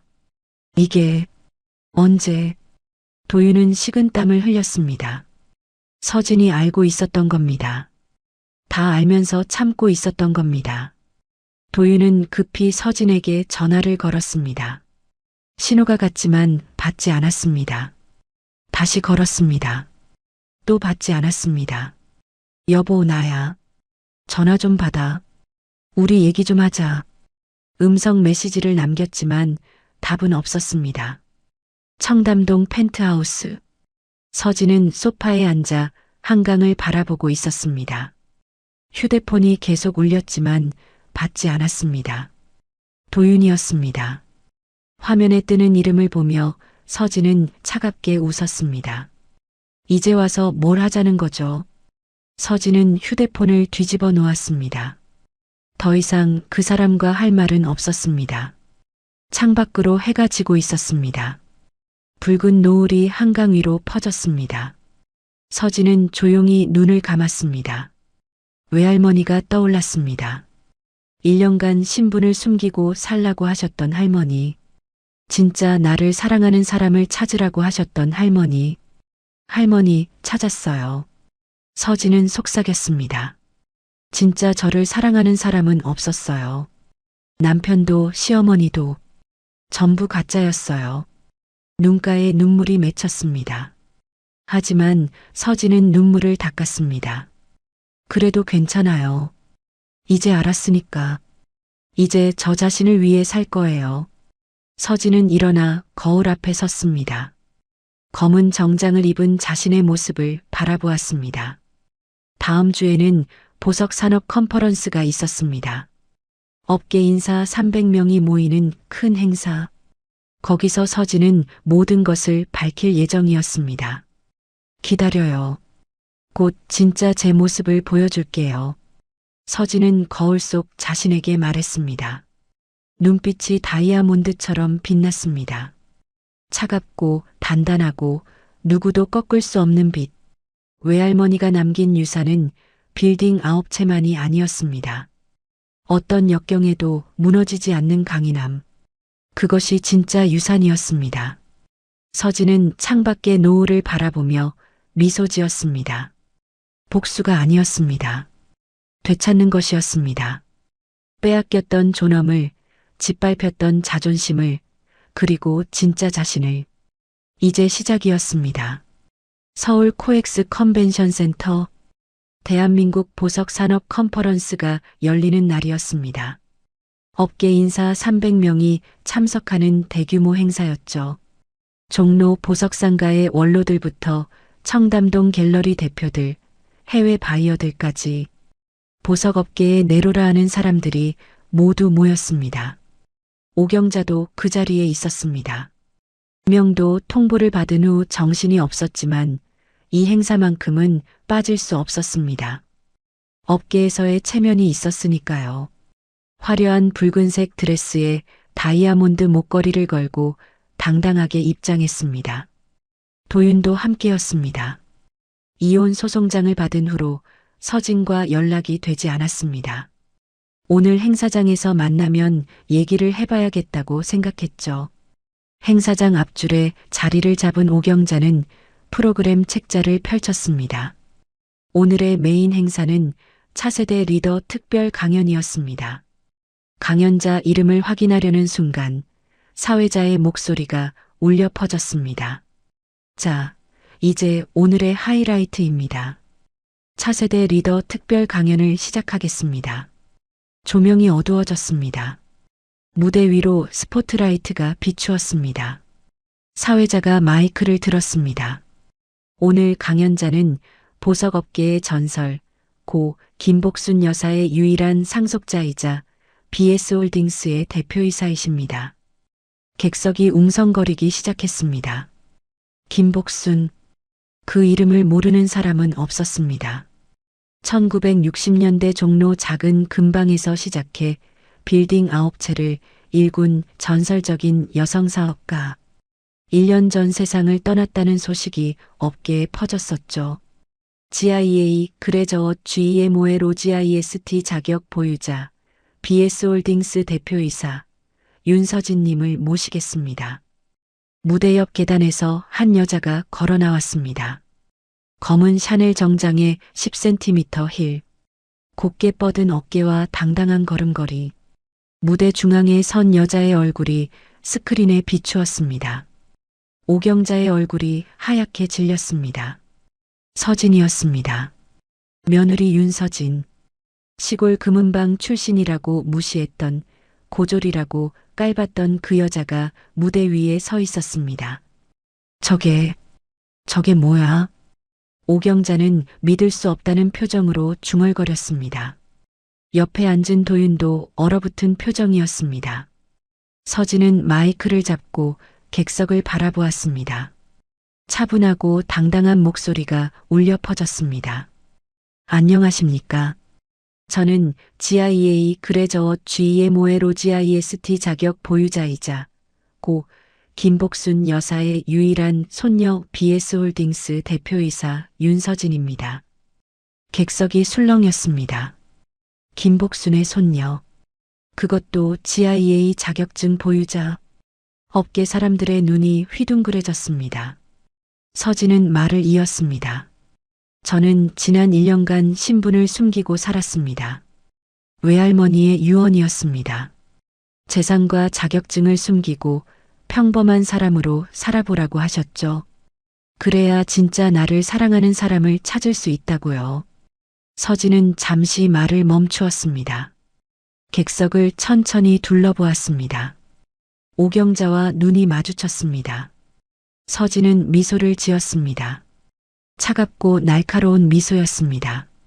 그래서 저는 시골 금은방 출신 세공사로 살았습니다. 고등학교만 졸업한 평범한 여자로요.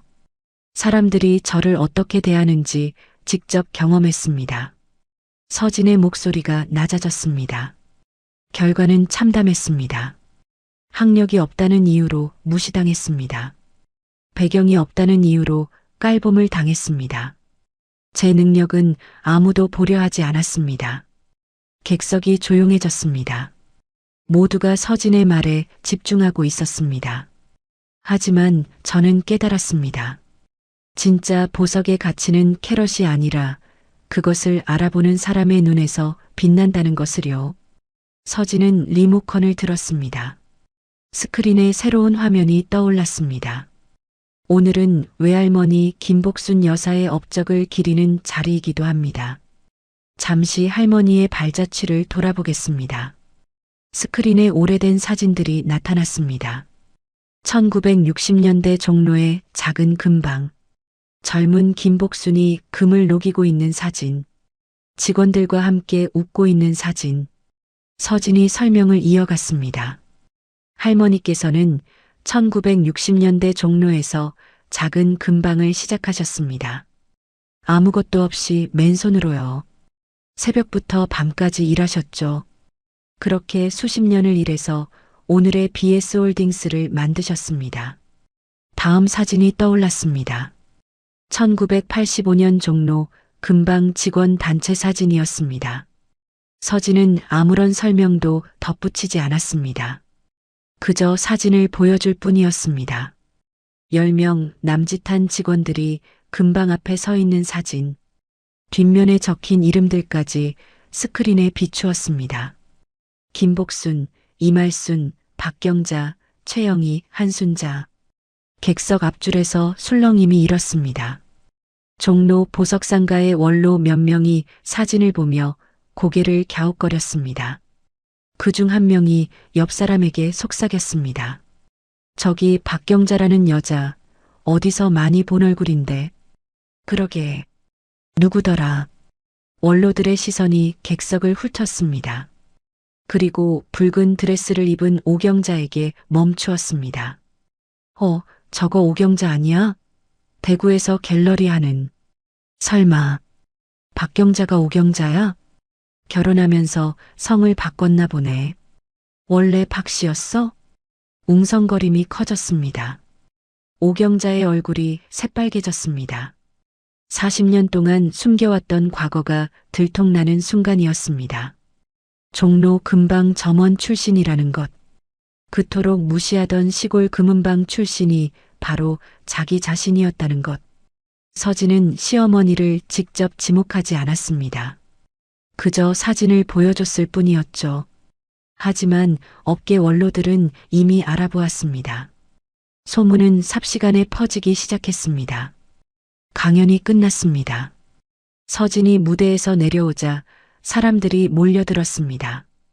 윤 대표님, 정말 김복순 여사의 손녀셨군요. GIA 자격증까지 있으시다니 대단하십니다. 앞으로 업계에서 좋은 활동 기대하겠습니다. 서진은 미소를 지으며 인사를 받았습니다. 시어머니와 도윤은 멀찍이 서서 그 광경을 바라보고 있었습니다. 다가올 수도 도망칠 수도 없는 처지였죠. 컨퍼런스가 끝나고 2주가 지났습니다. 서울 한 호텔에서 희귀보석 경매가 열렸습니다. 오경자도 그 자리에 있었습니다. 마음을 추스르고 나온 것이었죠. 아직 완전히 무너진 건 아니라고 자신을 다독이면서요. 오늘 경매의 하이라이트는 핑크 다이아몬드였습니다. 5캐럿짜리 희귀 원석. 오경자가 평생 탐내던 보석이었습니다. 갤러리에 전시할 수만 있다면 명성이 한층 올라갈 터였죠. 경매가 시작되었습니다. 핑크 다이아몬드 5캐럿, 시작가 10억 원입니다. 12억, 15억, 18억. 가격이 치솟았습니다. 오경자는 손을 들지 못했습니다. 갤러리명도 통보를 받은 후로 자금 사정이 빠듯했거든요. 입찰할 여력이 없었습니다. 25억, 30억. 경쟁이 치열했습니다. 마지막 2명이 남았습니다. 32억, 35억. 경매사가 망치를 들었습니다. 35억에 낙찰되었습니다. 낙찰자가 자리에서 일어났습니다. 검은 정장을 입은 여자. 서진이었습니다. 서진은 담담한 표정으로 낙찰 서류에 서명했습니다. 오경자는 이를 악물었습니다. 평생 갖고 싶던 핑크 다이아몬드를 며느리가, 아니 전 며느리가 가져가는 꼴을 지켜봐야 했습니다. 35억. 자기는 평생 모아도 만질 수 없는 돈이었습니다. 경매장을 나서는 서진의 뒷모습을 오경자는 멍하니 바라보았습니다. 저 여자가 정말 그 순진하던 며느리 맞나요? 시골 금은방 출신이라고 무시하던 그 여자 맞나요? 같은 시기 오경자에게 또 다른 청천벽력이 떨어졌습니다. 갤러리에서 판매한 다이아몬드 목걸이가 문제가 됐습니다. 천연 다이아몬드라고 팔았는데 실제로는 합성 다이아몬드였던 것이 밝혀진 거죠. 피해를 입은 고객이 소비자원에 신고를 했습니다. 오경자는 발뺌하려 했습니다. 저도 속은 거예요. 납품업체가 속인 거라고요. 하지만 증거가 나왔습니다. 오경자가 합성 다이아몬드인 줄 알면서 천연이라고 판매한 정황이 드러났습니다. 소비자원은 공정거래위원회에 사건을 넘겼습니다. 조사가 시작되었습니다. 표시광고법 위반 혐의였습니다. 유죄가 확정되면 과징금과 시정명령이 내려질 터였습니다. 오경자의 세계가 무너지고 있었습니다. 청담동 갤러리는 6개월 안에 비워야 했고 합성 다이아 판매건으로 조사까지 받게 됐습니다. 게다가 40년 전 종로 금방 점원이었다는 과거까지 업계에 퍼졌습니다. 명품으로 치장하고 허풍을 떨던 오경자 원장, 건물에 지분이 있다고 거들먹거리던 오경자 원장, 그 화려한 가면이 벗겨지고 있었습니다. 서진은 청담동 펜트하우스에서 창밖을 바라보고 있었습니다. 손에는 핑크 다이아몬드가 들려 있었습니다. 햇살에 반짝이는 분홍빛 보석. 할머니, 이겼어요. 서진은 속삭였습니다. 통쾌했습니다. 그동안 받았던 모욕과 멸시가 떠올랐습니다. 고졸이라고, 금은방 출신이라고, 품격이 없다고 무시당했던 날들. 하지만 동시에 공허했습니다. 복수를 해도 행복하지 않았습니다. 남편이라고 믿었던 사람은 배신자였고, 가족이라고 생각했던 사람들은 적이었습니다. 서진은 다이아몬드를 내려놓았습니다. 이제 끝내야죠. 남은 건 이혼 재판이었습니다. 그리고 디자인 도용 소송. 마지막 싸움이 기다리고 있었습니다. 서진은 창밖의 하늘을 바라보았습니다. 구름 사이로 햇살이 비치고 있었습니다. 마치 외할머니가 손녀를 지켜보는 것 같았습니다. 조금만 더 버틸게요, 할머니. 서진은 조용히 미소 지었습니다. 끝이 보이기 시작했습니다. 서울가정법원. 이혼 재판이 열리는 날이었습니다. 서진은 검은 정장을 입고 법정에 들어섰습니다. 변호사가 옆에 함께했습니다. 맞은편에는 도윤이 앉아 있었습니다. 한때 사랑한다고 말했던 남자. 평생 행복하게 해주겠다고 약속했던 남자. 지금은 피고인석에 앉은 낯선 사람이었습니다. 재판이 시작되었습니다. 서진 측 변호사가 증거를 제출했습니다. 원고 측은 피고의 외도 증거를 제출합니다. 피고 한도윤과 차수빈의 부정행위를 입증하는 사진 자료입니다. 스크린에 사진들이 떠올랐습니다. 식당에서 손을 잡고 있는 두 사람. 어깨에 기대어 웃고 있는 모습.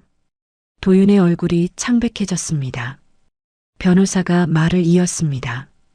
또한 원고는 결혼 기간 동안 지속적인 정신적 학대를 받았습니다. 시어머니와 피고로부터 학력과 출신을 이유로 모욕과 멸시를 당했습니다. 서진은 담담하게 앉아 있었습니다. 눈물은 나지 않았습니다. 이미 충분히 울었으니까요. 지금은 울 때가 아니라 끝낼 때였습니다. 도윤 측 변호사가 반박을 시도했습니다. 하지만 증거가 너무 명확했습니다. 사진, 문자 메시지, 목격자 진술까지 부정할 수 없는 증거들이었습니다. 재판장이 판결을 내렸습니다. 피고 한도윤은 원고 윤서진에게 위자료 1억 원을 지급하라. 혼인관계는 파탄으로 인정하여 이혼을 허가한다. 망치 소리가 법정에 울렸습니다. 서진은 조용히 눈을 감았습니다. 끝났습니다. 10개월간의 지옥 같은 결혼 생활이 드디어 끝났습니다. 법정을 나서는 서진에게 도윤이 다가왔습니다. 서진 씨, 잠깐만. 서진은 걸음을 멈추지 않았습니다. 도윤이 앞을 막아섰습니다. 미안해. 내가 잘못했어. 한 번만 기회를 줘. 서진은 도윤을 바라보았습니다. 차갑고 단단한 눈빛이었습니다. 늦었어요. 서진 씨, 제발. 당신이 뭐라고 했는지 기억나요? 금은방 출신이 이런 디자인을 할 수 있냐고 했죠. 당신 때문에 창피하다고 했죠. 도윤의 얼굴이 일그러졌습니다. 그건 내가 잘못 말한 거야. 아니에요. 그게 당신 본심이었어요. 저는 이제 알아요. 서진은 도윤을 스쳐 지나갔습니다. 뒤돌아보지 않았습니다. 한 달 후 민사소송 판결이 나왔습니다. 디자인 도용 손해배상 청구 소송이었습니다. 서진의 변호사가 공증받은 스케치 원본과 차수빈의 SNS 게시 날짜를 비교했습니다. 서진의 스케치가 2주 먼저였습니다. 도용이 명백했습니다. 결정적인 증거는 도윤의 휴대폰에서 나왔습니다. 도윤은 자신의 결백을 증명하겠다며 휴대폰 기록을 법원에 제출했습니다. 하지만 그건 치명적인 실수였습니다. 휴대폰에서 차수빈에게 디자인 파일을 전송한 기록이 발견됐거든요. 재판장이 판결을 내렸습니다. 피고 한도윤과 차수빈은 공모하여 원고의 저작물을 도용한 것으로 인정된다. 피고들은 연대하여 원고에게 손해배상금 1억 원을 지급하라. 이혼 위자료 1억 원의 디자인 도용 배상금 1억 원. 총 2억 원이었습니다. 판결 소식이 업계에 퍼졌습니다. BS홀딩스 대표이사가 관련된 사건이었으니 언론의 관심도 컸습니다. 기사가 쏟아졌습니다.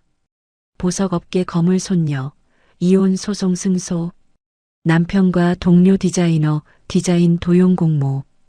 도윤은 회사에서 징계위원회에 회부되었습니다. 외도 스캔들의 디자인 도용 공모까지 회사 이미지에 큰 타격이었습니다. 결국 해고가 결정되었습니다. 차수빈도 마찬가지였습니다. 도용 사실이 알려지자 업계에서 퇴출당했습니다. 그토록 자랑하던 명문대 학력도 유럽 유학 경력도 아무 소용이 없었습니다. SNS 계정도 폐쇄했습니다. 수천 명의 팔로워가 있던 계정이 하루아침에 사라졌습니다. 시어머니 오경자의 상황은 더욱 처참했습니다. 공정거래위원회 조사 결과 합성 다이아몬드를 천연으로 속여 판매한 사실이 확정되었습니다. 표시광고법 위반으로 과징금과 시정명령이 내려졌습니다. 피해 고객들의 집단 환불 요청도 이어졌습니다.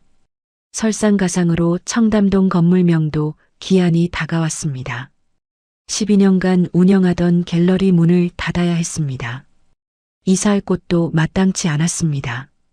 임대료 연체로 신용도 바닥이었으니까요. 결국 오경자는 대구로 내려갔습니다. 서울에서 더 이상 버틸 수 없었습니다. 화려했던 청담동 갤러리 원장의 몰락이었습니다. 업계에는 또 다른 소문이 퍼지고 있었습니다. 오경자가 40년 전 종로 금방에서 점원으로 일했다는 이야기. 시골 금은방 출신을 그토록 무시하던 사람이 정작 본인도 금방 점원 출신이었다는 것. 사람들은 그 위선에 혀를 찼습니다. 2년이 흘렀습니다. 서울 종로의 한 건물에서 개소식이 열렸습니다. 복순 여성장인 지원재단. 서진이 설립한 재단이었습니다. 재단의 목적은 명확했습니다. 배움의 기회를 놓친 여성 장인들을 지원하는 것. 학력이 없어서, 배경이 없어서 실력을 인정받지 못하는 여성들에게 교육과 성장의 기회를 제공하는 것이었습니다. 개소식장에는 많은 사람들이 모였습니다. 업계 관계자들, 언론, 그리고 재단의 첫 번째 지원 대상자들. 서진은 단상에 올라 마이크를 잡았습니다. 오늘 이 자리에 서니 감회가 새롭습니다. 서진은 객석을 둘러보았습니다. 그리고 단상 옆에 놓인 액자를 바라보았습니다. 외할머니 김복순의 사진이었습니다. 환하게 웃고 계신 할머니. 저희 외할머니 김복순 여사께서는 무학의 시골 여자라는 이유로 차별받으셨습니다. 하지만 포기하지 않으셨습니다. 맨손으로 시작해서 오늘의 BS홀딩스를 만드셨죠. 서진의 목소리가 떨렸습니다. 하지만 이내 가다듬고 말을 이었습니다. 저도 비슷한 경험을 했습니다. 학력이 없다는 이유로, 배경이 없다는 이유로 무시당하고 멸시당했습니다. 제 능력은 아무도 보려 하지 않았죠. 객석이 조용해졌습니다. 모두가 서진의 말에 귀 기울이고 있었습니다. 하지만 저는 깨달았습니다. 사람의 가치는 학력이나 배경으로 정해지지 않는다는 것을요. 진짜 중요한 건 그 사람 안에 있는 빛입니다. 노력, 열정, 그리고 진심. 그게 진짜 가치입니다. 서진은 외할머니 사진을 바라보았습니다. 외할머니께서 말씀하셨습니다. 보석의 진짜 가치는 캐럿이 아니라 그것을 알아보는 사람의 눈에서 빛난다고요. 사람도 마찬가지입니다. 누군가의 진짜 가치를 알아봐주는 것. 그게 우리가 해야 할 일입니다. 서진은 잠시 말을 멈추었습니다. 그리고 환하게 미소 지었습니다. 이 재단이 그런 역할을 하길 바랍니다. 숨겨진 보석들을 찾아내고 그들이 빛날 수 있도록 돕는 것. 그게 저와 이 재단의 사명입니다. 박수가 터져 나왔습니다. 서진은 고개를 숙여 인사했습니다. 개소식이 끝난 후 서진은 홀로 재단 건물 옥상에 올랐습니다.